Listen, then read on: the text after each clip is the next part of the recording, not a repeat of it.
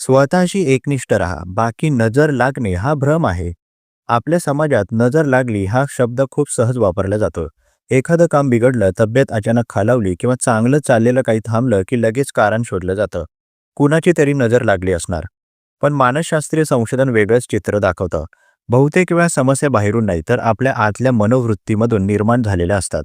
मानसशास्त्र सांगतं की माणसाचं मन अर्थ शोधणारी यंत्रणा आहे. जेव्हा एखादी गोष्ट आपल्या नियंत्रणाबाहेर घडते तेव्हा मेंदू तिला तारण देण्याचा प्रयत्न करतो. नजर लागणे ही संकल्पना अशीच एक सोपी कारण कल्पना आहे. यातून आपल्याला तात्पुरता दिलासा मिळतो कारण चूक आपल्या निर्णयांमध्ये किंवा वागण्यात नसून बाहेर कुणाकडे तरी जाते. पण हा दिलासा दीर्घकाळ उपयोगी ठरत नाही.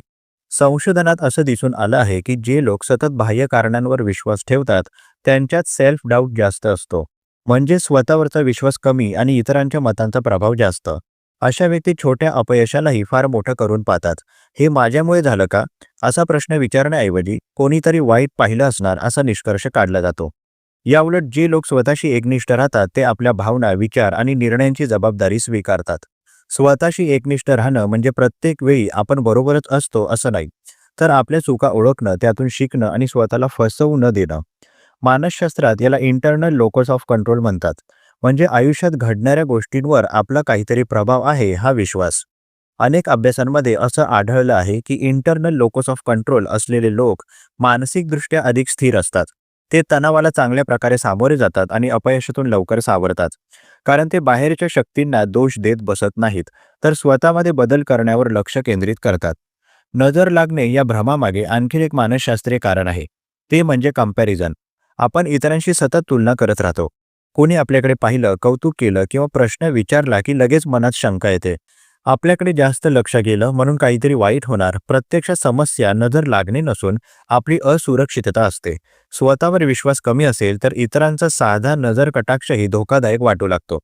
स्वतःशी एकनिष्ठ राहणं म्हणजे बाहेरच्या मतांपेक्षा आतल्या आवाजाला महत्त्व देणं. आज आपण थकलो आहोत का, निर्णय घाईत घेतोय का किंवा अपेक्षेपेक्षा जास्त ताण घेतोय का हे स्वतःला विचारा. अनेकदा थकवा, झोपेचा अभाव किंवा मानसिक ओझं यामुळेच कामं बिघडतात. पण आपण ते मान्य करण्याऐवजी नजर या संकल्पनेआड लपतो. मानसशास्त्रीय दृष्टिकोनातून पाहिलं तर विश्वास ही एक शक्ती आहे.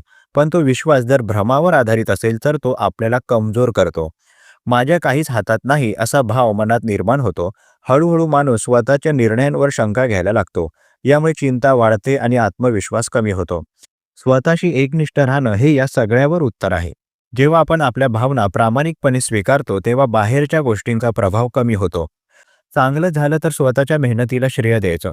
वाईट झालं तर शांतपणे आंतरिक कारण शोधायचं. हा दृष्टिकोन मनाला स्थैर्य देतो.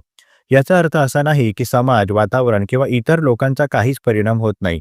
पण प्रत्येक गोष्ट नजर लागली म्हणून समजावून सांगणं हे स्वतःच्या शक्तीवर अविश्वास दाखवणं आहे. मानसशास्त्र सांगतं की आत्मविश्वास वाढवायचा असेल तर जबाबदारी स्वीकारणं गरजेचं आहे. शेवटी एवढंच लक्षात ठेवायला हवं की नजर ही बाहेरची कल्पना आहे, पण एकनिष्ठता ही आतली ताकद आहे. जेव्हा तुम्ही स्वतःशी प्रामाणिक राहता तेव्हा इतरांच्या नजरा तुम्हाला तोडू शकत नाहीत. कारण तुमचा आधार बाहेरून नसून आत असतो. आणि तो आधार जितका मजबूत तितकं मन शांत आणि आयुष्य स्थिर होत जातं. प्रस्तुत मानसशास्त्रीय लेख तुम्हाला कसा वाटला जरूर कळवा. तुमची प्रतिक्रिया आमच्यासाठी महत्त्वाची आहे. तुम्ही सुद्धा कमेंट बॉक्समध्ये एखादा विषय लेखनासाठी सुचवू शकता. त्यावर लवकरात लवकर आम्ही व्हिडिओ प्रकाशित करण्याचा प्रयत्न करू. तसेच हा उपयोगी व्हिडिओ उपयोगी लोकांना जास्तीत जास्त शेअर करा. मानसशास्त्र संबंधित अशाच नवनवीन माहितीसाठी आम्हाला फॉलो करायला विसरू नका. आणि आपल्या अधिकृत व्हॉट्सॲप चॅनलमध्ये सहभागी होण्यासाठी 9137300929 या क्रमांकावर व्हॉट्सॲप करा. तेथे लगेचच तुम्हाला व्हॉट्सॲप चॅनलची लिंक मिळेल. मानसिक समस्येवर गोळ्या घेण्यापेक्षा अधिकृत मदत घ्या. त्यासाठी वर दिलेल्या क्रमांकावर फोन किंवा व्हॉट्सॲप करू शकता. लवकरच एका नवीन विषयासोबत इथेच भेटूया. तूर्तास धन्यवाद.